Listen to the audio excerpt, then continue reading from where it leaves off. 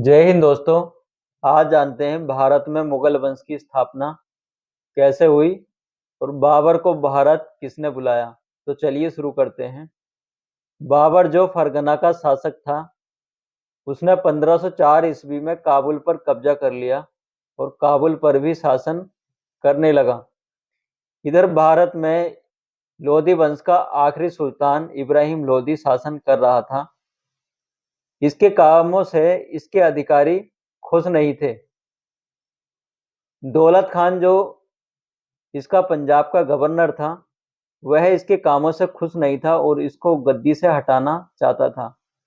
दूसरा, आलम खान लोधी जो इब्राहिम लोधी का चाचा था, वह भी इब्राहिम लोधी को गद्दी से हटाकर खुद सुल्तान बनने की फिराक में था।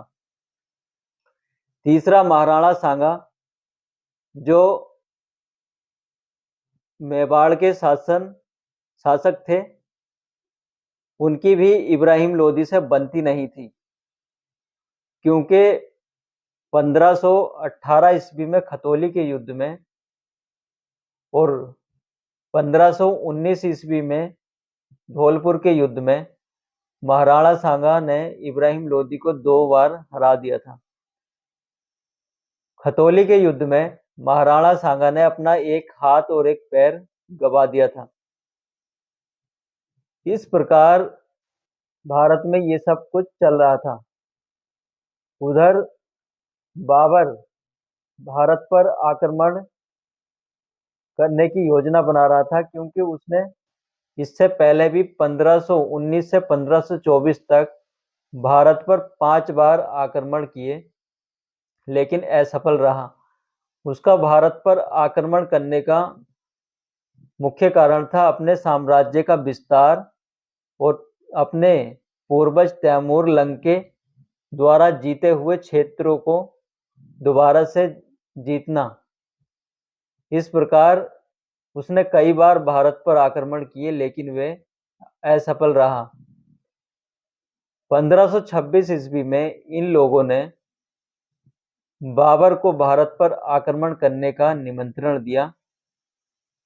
इन लोगों ने अपने राजदूत भेजे और बाबर से कहा कि आप भारत पर आक्रमण कीजिए और इब्राहिम लोधी को हराइए। बाबर तो अफसर की तलाश में था ही। उन्होंने इन लोगों का निमंत्रण स्वीकार किया और 21 अप्रैल 1526 ईस्वी में पानीपत के मैदान में पानीपत का प्रथम युद्ध होता है इब्राहिम लोधी और बाबर के बीच। दोनों सेनाएं पानीपत के मैदान में, दोनों की सेनाएं आमने सामने आती हैं। भीषण युद्ध होता है जिसमें इब्राहिम लोधी की हार होती है और इब्राहिम लोधी युद्ध स्थल पर ही मारा जाता है और बाबर विजयी होता है।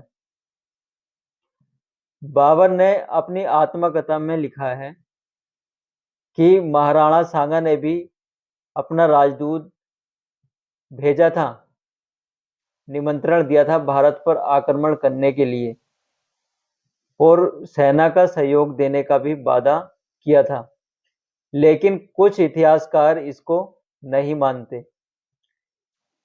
फिलहाल पानीपत की प्रथम युद्ध में बाबर की विजय होती है, बाबर जीत जाता है। अब ये लोग सोच रहे थे कि बाबर आएगा और पानीपत के युद्ध में इब्राहिम लोधी को हराकर और लूट का धन लेकर वापस अपने देश लौट जाएगा, लेकिन ऐसा हुआ नहीं, क्योंकि बाबर ने अब यहीं रहने की, यहीं शासन करने का निश्चय किया, जिससे ये लोग बाबर के विरोधी हो गए और आगे चलकर कई युद्ध हुए।